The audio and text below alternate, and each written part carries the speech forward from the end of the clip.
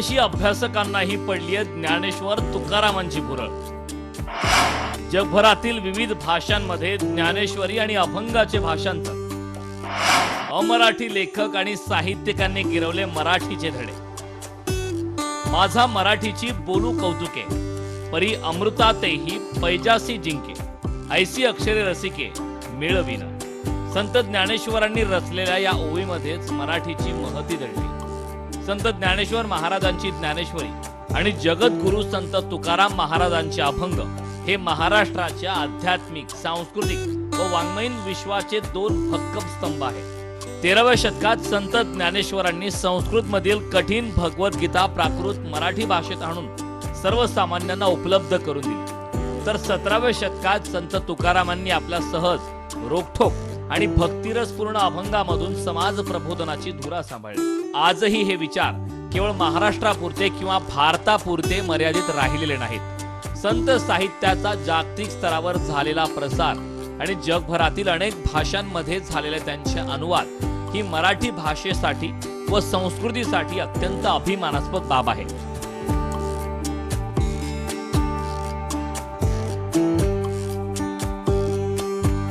ज्ञानेश्वरी हा केवळ धार्मिक ग्रंथ नसून तत्वज्ञान, काव्य आणि मानवी मूल्यांचा अनोखा संगम आहे।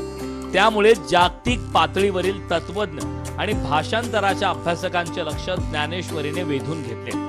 ज्ञानेश्वरीचे इंग्रजीत भाषांतर करण्याचे प्रयत्न इंग्रज राजवटीच्या काळापासून सुरू झाले होते। जैशी पुष्माजी पुष्प मोगरी लिहिणारे फादर थॉमस हे इंग्लंडमधून सन 1579 मध्ये भारतात आले होते।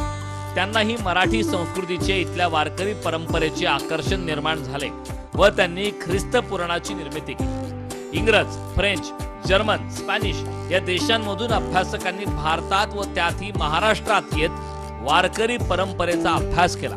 त्यांच्यासाठी संत ज्ञानेश्वरांची ज्ञानेश्वरी, संत तुकारामांची अभंग गाथा म्हणजे जागतिक तत्वज्ञान होते। मॅक्सिन बर्नस्टोन, इलिनो एलियोट, जस्टिन रायवर्ड्स, चार्ल्स एलियोट, डेव्हिड लोरेझन या जगभरातील विचारवंतांनीही ओव्या, अभंग यांचा अनुभव घेतलाय।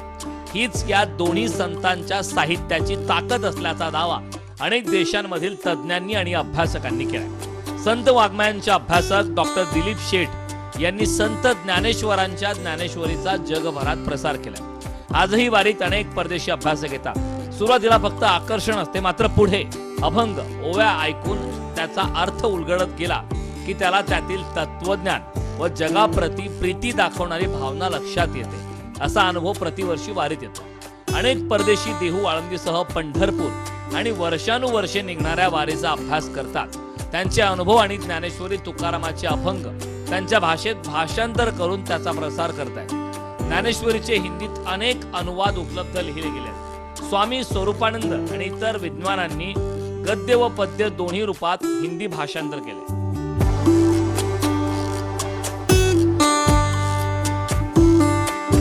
व्ही.जी. प्रधान युनेस्कोच्या सहकार्याने यांनी ज्ञानेश्वरीची इंग्रजी अनुवाद पूर्ण केला। यांचे संपादन प्राध्यापक H.M. लॅम्बर्ट यांनी केले। युनेस्कोच्या प्रतिनिधी कृतीच्या संग्रहात या भाषांतराला स्थान मिळाले, ज्यामुळे ज्ञानेश्वरी जागतिक वाचकांपर्यंत पोहोचली।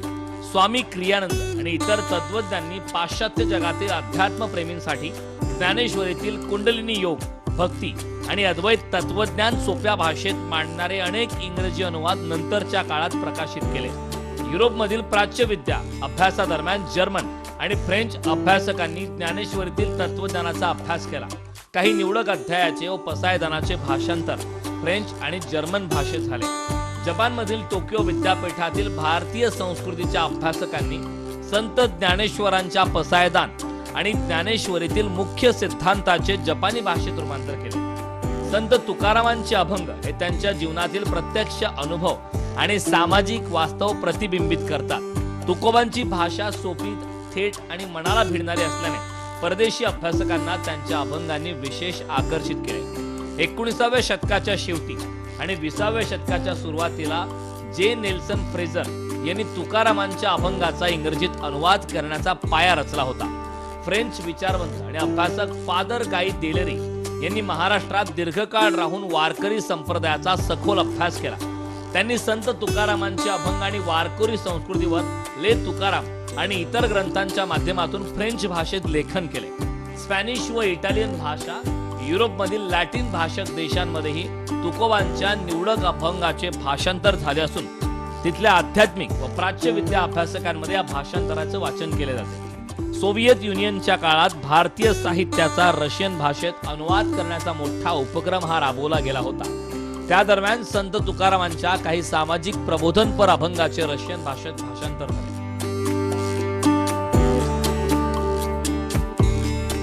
ज्ञानेश्वरीची भाषा ओवीबद्ध आणि रूपकात्मक आहे, तर तुकोबांची भाषा अभंग आणि लयबद्ध आहे. त्यातील रूपके आणि प्रतीके दुसऱ्या भाषेत जशीच्या तशी उतरवणे कठीण असते. पसायदान, पंढरी, विठ्ठल वारकरी, अवघा रंग एक झाला यासारख्या संकल्पना केवळ शब्द नसून ते महाराष्ट्राचे सांस्कृतिक संचित आहे. परदेशी अनुवादकांनी या संकल्पनांचे सोप्या भाषेत स्पष्टीकरण देऊन ते मूळ भाषेत टिकून ठेवले आहे. हे या साहित्यिकांचे वैशिष्ट्य आहे. ज्ञानेश्वरीतील पसायदान ही जागतिक शांतता आणि कल्याणाची प्रार्थना मानली जाते. जे खळांची व्यंकटी सांडो तया सत्कर्मी रती वाढो ही भावना आजच्या युगात संपूर्ण जगासाठी लागू पडते. तसेच संत तुकारामांचा वृक्षवल्ली आम्हा सोयरे वंशरे हा अभंग आजच्या जागतिक पर्यावरण संतुलनाच्या चळवळीत मध्यवर्ती संदेश देणारा ठरत आहे. ब्युरो रिपोर्ट, लोकशाही मराठी, मुंबई.